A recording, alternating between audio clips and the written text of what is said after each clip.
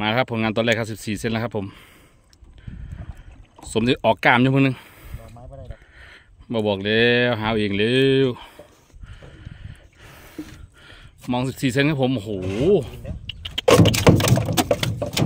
ใจเย็นลูกใจเย็นมั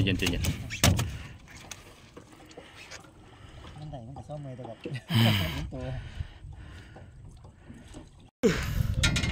สุดยอดครับบอกเลยไม่รู้ว่าเขาคู่ป่ะแต่ตอนนี้ได้แล้วตัวหนึ่งโอ้ยยีโซครับโอ้ยบึงกะลอนครับสังเกตที่กะลอนเหลืองๆครับไงกูกะลอนเหลืองอ่ะนี่